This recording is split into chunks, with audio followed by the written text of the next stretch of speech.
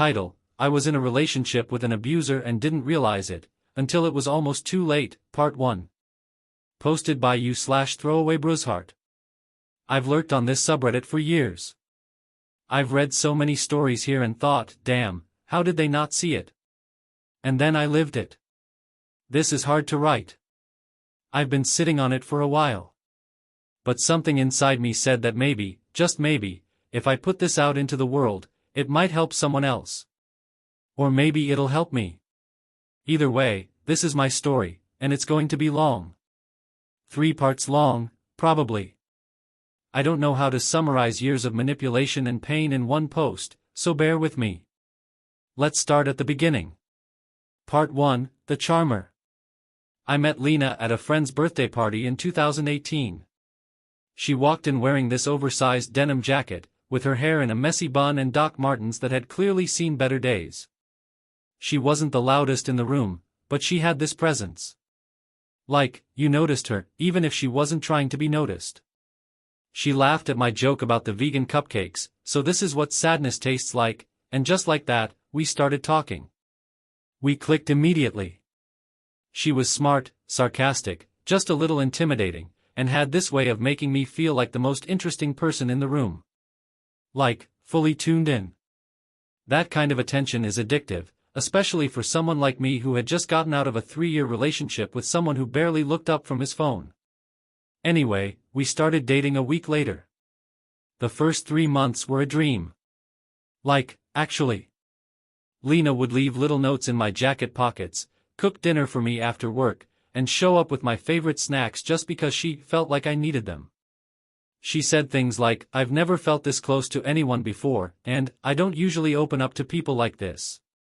And when she cried the first time we had sex, full on, silent tears streaming down her cheeks, she said it was because she'd never felt so safe before. I didn't know then, but that was the start of the hook. The little things, that weren't so little. Lena was intense. Not in a violent or angry way, not yet, but in a way that made me feel needed. Like, deeply needed. She'd text me constantly throughout the day. And if I didn't respond quickly, she'd say stuff like, I know you're probably busy but my anxiety is through the roof today. Are you mad at me? I just feel like I care more than you do sometimes. So I started replying faster. I told myself, it's not a big deal, she just has anxiety. And I do think she did. Or maybe that's just what I needed to believe. We started spending every night together. It wasn't even a question, she just kind of moved in without asking.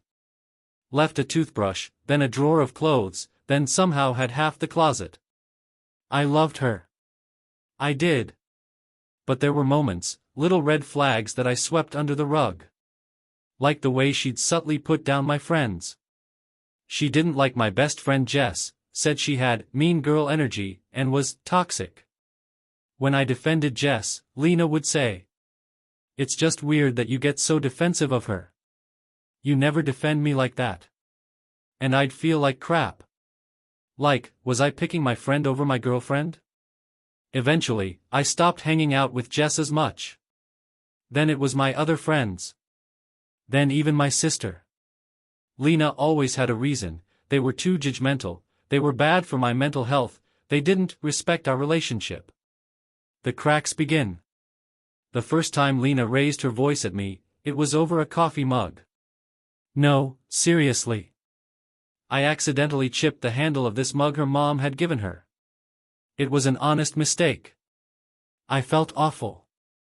But Lena lost it. Do you even give a sh*t about my things? That was the one thing I had left from my mom after she died. I froze. Her mom wasn't dead. She was living in Phoenix. I had literally seen a text from her that morning. But when I reminded Lena of that, she blinked and said, whatever. Same difference. She's dead to me. It was the weirdest moment. Like watching someone rewrite reality in front of you. But she started crying, and then I felt like the asshole. She told me she felt abandoned, like nobody ever cared about her stuff, her memories, her. And so I apologized. I glued the mug back together and wrote her a card saying how much she meant to me. It became a pattern. She'd explode, then cry, then I'd comfort her. And slowly, without realizing it, I stopped trusting my own instincts. I started thinking, maybe I am too careless. Maybe I do say things the wrong way. Maybe I'm just not trying hard enough. The isolation. By 2019, Lena and I were living together full-time. My apartment, my name on the lease, but her stuff was everywhere. She'd quit her job, which I thought was temporary, and at first I didn't mind picking up the slack. She said she was burned out and needed time. Totally fair. But months passed.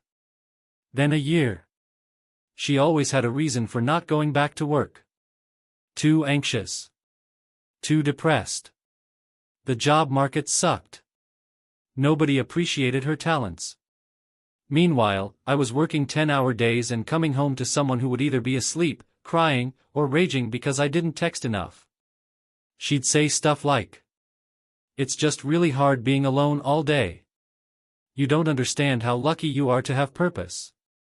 I started feeling guilty for having a job. For having anything outside of her. She went through my phone one night while I was sleeping. I woke up to her holding it, scrolling through my texts. Who the F***ck is Sarah? My coworker. We were talking about the budget meeting. Why is she using emojis? That turned into a 4-hour fight, during which I had to show her every text I'd sent in the past 3 months. She said I had micro-cheated, and that emotional infidelity was just as bad as physical. I started dreading going to sleep. The gaslight years. Looking back, I think 2020 was when things got dark. We were in lockdown. Trapped in that apartment. Nowhere to go. No escape.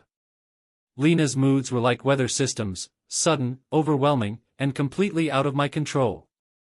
One morning, I made a joke, something small, like, "Wow, we've officially watched everything on Netflix." Lena's face went blank. "You think I'm boring?" I laughed, thinking she was joking. She wasn't. "No, babe. I just meant. Don't call me babe when you're mocking me." She didn't talk to me for 2 days after that. 2 days. In the same one-bedroom apartment. Silent treatment.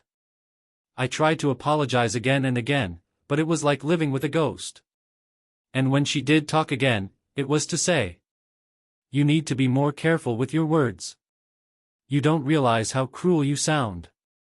And again, I believed her. One night changed everything. This is where I'll end part 1, because what happened next deserves its own post. But I'll say this. There was a night, a fight, that scared me in a way I hadn't felt since I was a kid living in a volatile household. Something about the way she looked at me, how fast she moved, the tone in her voice. It finally made something click. But not before a moment I'll never forget. Not before something happened that made me realize just how deep I was in, and how much of myself I'd lost. I'll post part 2 soon. If you've read this far, thank you. It means more than you know. The night everything shifted. It was August 2020. Middle of lockdown. We hadn't left the apartment in days except for groceries, and tensions were already high. Lena had been in one of her colder moods for about a week. You know the kind, short answers, lots of passive aggression, and that awful weight of silence pressing on your chest all day. That night, I made spaghetti for dinner. I was trying. I even bought her favorite wine. We sat down to eat, and I asked, gently, if she wanted to talk about anything. She didn't look up. You always say that, but you don't really want to hear it. I put my fork down. My stomach did that thing, that twist like you're on a roller coaster about to drop. I do want to hear it. If something's wrong. What's wrong is that I live with someone who's emotionally abusive and pretends he's the victim. It was like a slap. I laughed, not because it was funny, but because I was in shock. Wait. Me? I'm emotionally abusive? She stood up so fast her chair screeched. Don't gaslight me. That's exactly what you do. Every time I bring up how you hurt me, you make me feel crazy. You laugh in my face. I wasn't laughing at you. I was. No. I'm done. You're AF * king narcissist. She stormed into the bedroom, slamming the door. I sat at the table for at least an hour, spaghetti untouched. I was shaking. Because somewhere in the back of my mind, a little voice whispered, what if she's right? The aftermath. That night, I slept on the couch. Not because she asked me to, she didn't come out of the room at all, but because I was terrified. Terrified of setting her off again. Terrified of what she might say next. Terrified that I was losing my grip on reality. The next morning, she came out like nothing happened. Sat next to me on the couch and put her head on my shoulder. Sorry for last night. I was just overwhelmed. You've been so patient with me. I don't deserve you. And just like that, the apology. The reset. She didn't want to talk about it. And I, exhausted, confused, and honestly relieved she wasn't angry anymore, didn't push. It became our rhythm. I start to break. That fall, I started waking up in the middle of the night with panic attacks. My heart racing, my chest tight, hands shaking. I stopped talking to my friends completely. Even Jess, who had texted me a dozen times. I didn't respond. Because how do you explain that you're scared to talk about your relationship because your partner might somehow find out? I started questioning everything I did. Every word I said, every text I sent, every second I was late from work.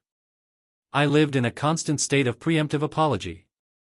But the thing is, Lena wasn't always cruel. That's what made it so hard. There were days she'd cook breakfast, surprise me with a drawing she made of us, she was a talented artist, or curl up next to me and cry about how scared she was that I'd leave her. I know I'm hard to love. But I'm trying. I swear. And I'd hold her and say, you're not hard to love. You're just hurt. I'm not going anywhere. God, I wish I'd gone somewhere. The moment I snapped. It was a Tuesday. I remember that because I had just finished a Zoom meeting when Lena came in holding my laptop. Who the F*** is Claire? Claire was a coworker. She'd commented on a Slack thread. That's it. Lena had gone through my messages again, and this time she was sobbing. She said she couldn't take it anymore. Said I was cheating. Said I was making her insane. You want me to be crazy, don't you? That way you can blame me when you leave. She took a glass from the kitchen and threw it against the wall. It shattered. And that was the moment. Something inside me cracked. I remember standing there and thinking, I don't recognize this life. I don't recognize myself. I said, calmly, too calmly, I need to go for a walk. Don't you F*** king leave me, she screamed. But I did. I walked out the door. And for the first time in months, I didn't feel guilty for wanting space. I walked for hours. No phone. No destination. Just kept moving. The first realization. That night, I slept at a friend's place. My old roommate, Ben. He took one look at me and said, "Dude. You look like a ghost." We sat on his couch drinking beers and not saying much. Eventually, I told him everything. All of it. I expected him to say I was overreacting. That I just needed couples therapy or something. Instead, he said, "That's abuse, man. You're in it." And I broke. Right there on the couch. I just sobbed. Because someone else had said it out loud. Abuse. Trying to leave. I wish I could say I left right away. But it took weeks. Every time I tried to talk about moving out, Lena would cry. Sometimes she'd beg. Sometimes she'd rage. "You're abandoning me like everyone else. You promised you'd never give up on me." I'll kill myself if you leave. Yeah. That last one? She said it 3 times. And each time, I stayed. Because I couldn't live with the thought of her hurting herself. But I also couldn't keep not living. So I did something I never thought I'd do. I made a plan. The escape plan. I started stashing clothes and essentials at Ben's place. A toothbrush here. Some socks there. Every day, I took something small. I created a separate bank account. Got a P.O. box. Found a therapist who specialized in emotional abuse. Shout out to Sarah, you absolute queen. I knew Lena wouldn't let me leave in peace. So I waited until she was out one day, getting groceries, and I left. Took everything I had packed and walked out the door. I left a note. Not because I owed her one, but because I needed closure for myself. It said, "I'm sorry, but I can't do this anymore. I love you, but I love myself more now." The fallout. She called me 47 times that night. Left voicemails ranging from sobbing to screaming to whispering how much she missed me. Then the text started. Then the emails. She found my P.O. box and sent drawings. Letters. A mix of love notes and accusations. She messaged my friends, my family, even my boss. Said I was mentally unstable. Said I was a liar. Said I was abusive. I blocked her. Everywhere. I moved apartments. Changed my number. Told my boss everything. Thankfully, he believed me. Healing? Slowly.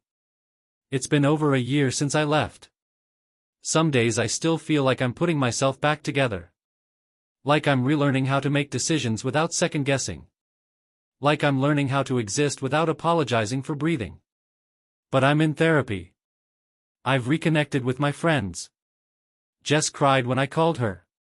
She said, "We never stopped waiting for you to come back." I started drawing again. I listen to music without worrying if Lena will think it's too mainstream. I leave dishes in the sink sometimes and don't panic. I'm okay. Not perfect. But okay. And I'll tell you about the final conversation we had, the last time I ever saw her, in part 3. Spoiler, I didn't expect what she said. The message. After I left, blocked her, and started trying to rebuild my life, I kept waiting for the other shoe to drop. I had this constant anxiety that she'd show up at my work or outside my new apartment or send something horrible to my parents. But after a few weeks of silence, things just stopped. Then, one random Tuesday, I got an email. Not from her usual account. A new one. The subject line was just, "Please." I stared at it for a solid 10 minutes. Against my better judgment, and maybe because part of me was still trying to make sense of it all, I opened it. It said, "Can we just talk once? I won't yell. I promise. I just want to say some things face to face. If not for me, for closure. My therapist told me I didn't owe her anything. My friends told me not to go. But something inside me, curiosity, maybe, wanted to know what she would say when she wasn't performing rage or heartbreak. So, I agreed. On my terms. Public place. Daylight. 30 minutes. And I texted my location to 2 friends before going. The final meeting. We met at a park near the library. Lena looked thinner, pale. She wore the same jacket she wore when we met. She didn't cry. She didn't yell. She sat on the bench and looked at me like she barely recognized me. "You look better. Happier." I didn't respond. I just waited. She looked down at her hands. Picked at her sleeve. Then finally said, "I know you probably hate me. And that's fair. But I want you to know that I've been in therapy. Real therapy. For the first time." She looked up, eyes already watery. "I've realized some things. Things I did. Things I said. I hurt you. Badly. My heart was pounding. This wasn't what I expected. She kept talking. Told me about how she was diagnosed with borderline personality disorder. How she started reading about emotional abuse and realized, in her words, how textbook I was. Then she said something I'll never forget. I loved you. The way a drowning person loves air. But I also resented you for needing to breathe without me. I sat there, stunned. Because for the first time, I saw Lena, the real Lena, not as a storm I was trying to survive, but as a person who had created her own cage and pulled me into it. She asked if I hated her. I told her I didn't. That I pitied her. That I hoped she kept going to therapy. That I never wanted to see her again. She nodded. Said she understood. Said she was sorry. And then she stood up, walked away, and I haven't heard from her since. Aftermath.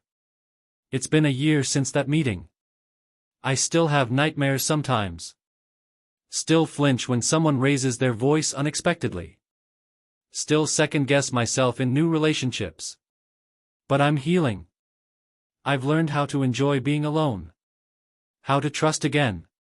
How to draw boundaries and stick to them. I started dating again. Carefully. Slowly. The first time someone asked if they could leave a toothbrush at my place, I had a full-blown panic attack. But I told them why. And they listened. And they didn't push. And that, in itself, was healing. What I wish I knew. I used to think abuse meant bruises. Holes in walls. Hospital visits. But it can also mean walking on eggshells. Constant self-doubt. Feeling like you owe someone your time, your energy, your existence just to keep the peace. It can be beautiful dinners followed by explosive accusations. Handwritten love notes hours after being screamed at. It can be subtle. Quiet. Invisible. But it's still abuse. If you're in a situation that makes you feel smaller, shakier, like you're always apologizing for just existing, please, talk to someone. There is life after this. A big, weird, messy, beautiful life. And you deserve to live it fully. Final thought. Thank you for reading my story. Writing this has felt like finally taking a breath after holding it for too long. To anyone out there who feels stuck, confused, or scared, you are not alone. It doesn't have to end the way mine did. But it can end. And that's the beginning. Love.